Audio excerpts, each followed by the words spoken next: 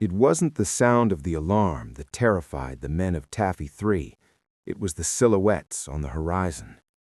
On the morning of October 25, 1944, the sea off the Philippine island of Samar was calm. A heavy, suffocating mist clung to the water.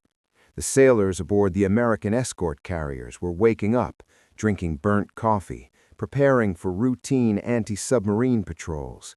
They were a rear-guard force, leftovers, a collection of slow, unarmored escort carriers and tiny destroyers that the Navy lovingly referred to as tin cans. Their armor was so thin, sailors joked that a man with a heavy wrench could punch a hole right through the hull. They were never meant to see surface combat. They were never meant to fight battleships. But at 6:45 a.m., an anti-submarine patrol pilot broke radio silence. His voice was frantic and shaking. He reported an enemy fleet breaking through the morning squall. The radio men aboard the flagship laughed. They told the pilot to check his identification manuals. The Imperial Japanese Navy had been routed, destroyed, chased away. There was no enemy fleet. The pilot clicked his radio again. "I can see the biggest meatballs I ever saw on the wings of their planes," he screamed, "and the biggest pagoda masts I ever saw on their ships." What was emerging from the mist wasn't just a fleet, it was the center force of the Imperial Japanese Navy.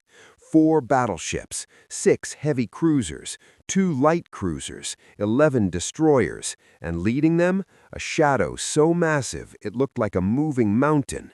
It was the Yamato, the largest, heaviest, most heavily armed battleship ever constructed in human history.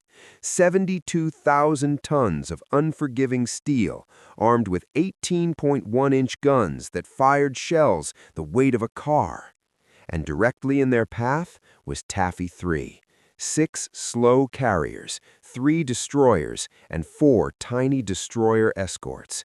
It was a slaughter waiting to happen. It was a mouse backed into a corner by a pack of starving wolves. Admiral Takeo Kurita stood on the bridge of the Yamato, peering through his binoculars. When he saw the American masts, his heart surged. He believed he had caught the mighty American Third Fleet sleeping. He gave the order for general attack. The Yamato's colossal guns elevated.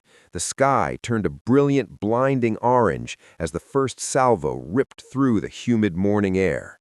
Aboard the American destroyer USS Johnston, Commander Ernest E. watched the colored geysers of water erupt around his ship. The Japanese used dye in their shells to track whose shots were landing.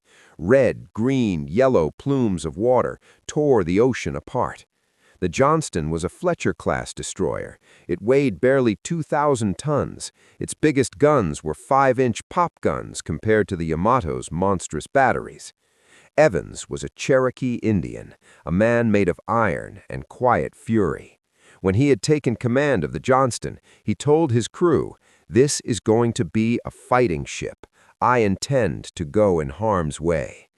Now, staring down the barrel of total annihilation, Evans did not order a retreat. He did not order a smokescreen and run. He turned to his helmsman, his voice dead calm over the roaring chaos of the incoming artillery. "All engines ahead flank. Come to course 090. He was turning his tiny, unarmored tin can directly toward the entire Japanese Imperial fleet, alone. The crew of the Johnston watched in stunned silence as the bow swung toward the mountain of enemy steel. They were initiating a suicide charge. The logic was cold, calculating, and desperate. If the Johnston could draw the fire of the battleships, the slow American carriers might have a chance to escape. For 20 agonizing minutes, the USS Johnston steamed straight into the abyss. The sea around them boiled as Japanese armor-piercing shells plummeted from the sky. The noise was deafening, a continuous, concussive thunder that vibrated through the steel deck and shattered the sailors' teeth. But the Japanese gunners were confused. They couldn't comprehend why a single, insignificant destroyer was charging them.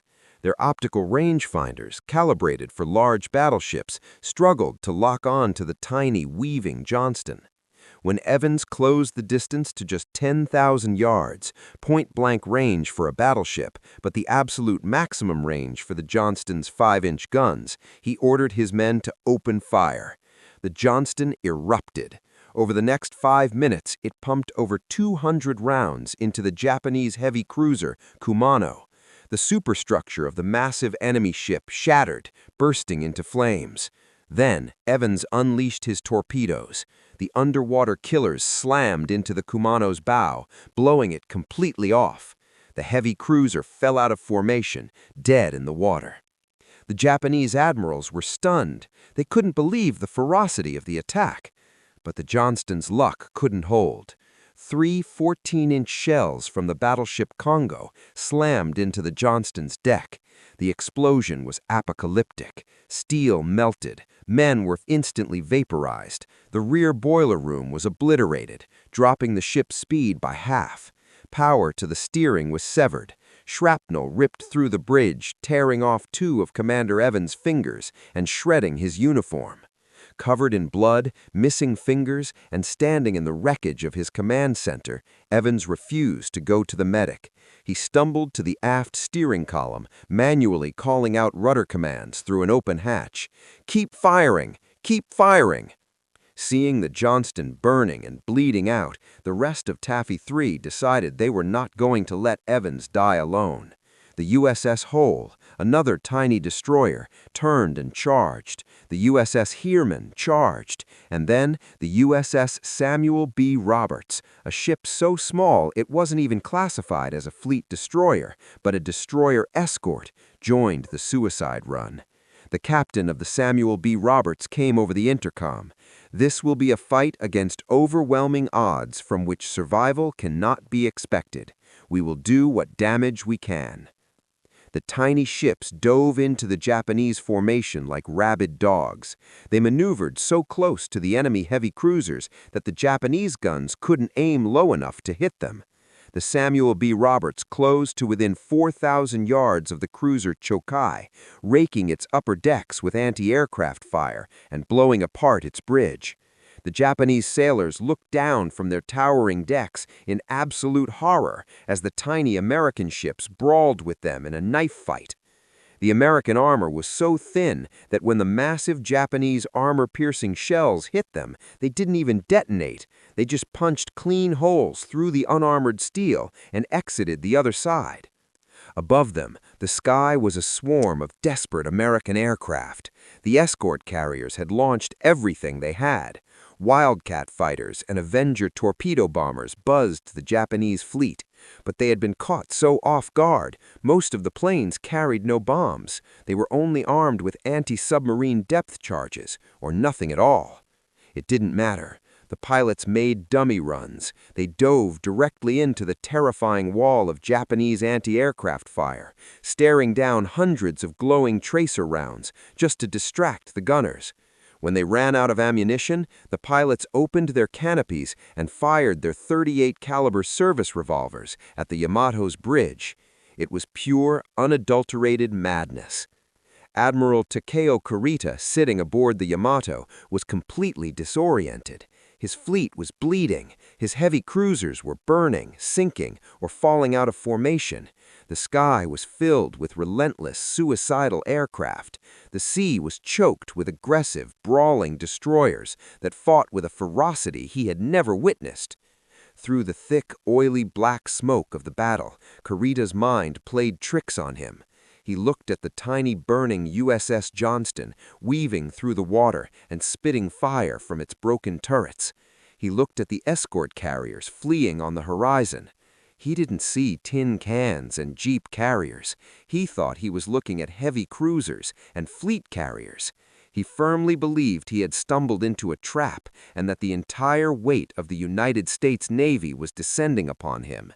At 9:11 a.m., Admiral Kurita gave an order that stunned his staff and would echo through military history forever.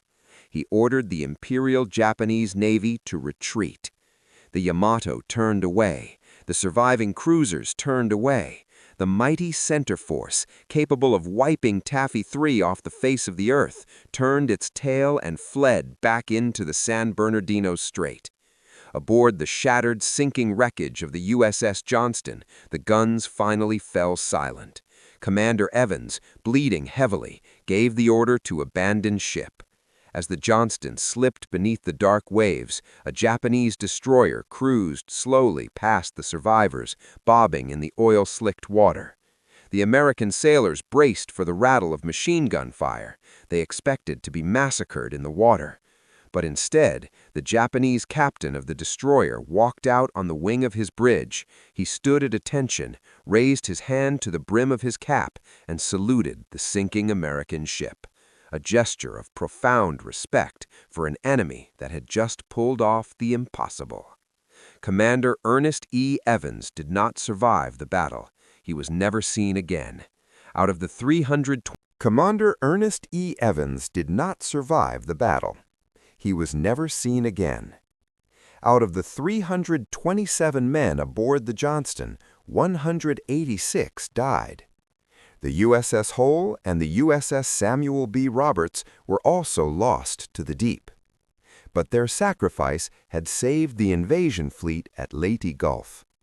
A group of unarmored tin cans had stared down the apocalypse, laughed in its face, and shattered the spirit of the Imperial Japanese Navy. The Battle of Samar proved a dark and undeniable truth about war.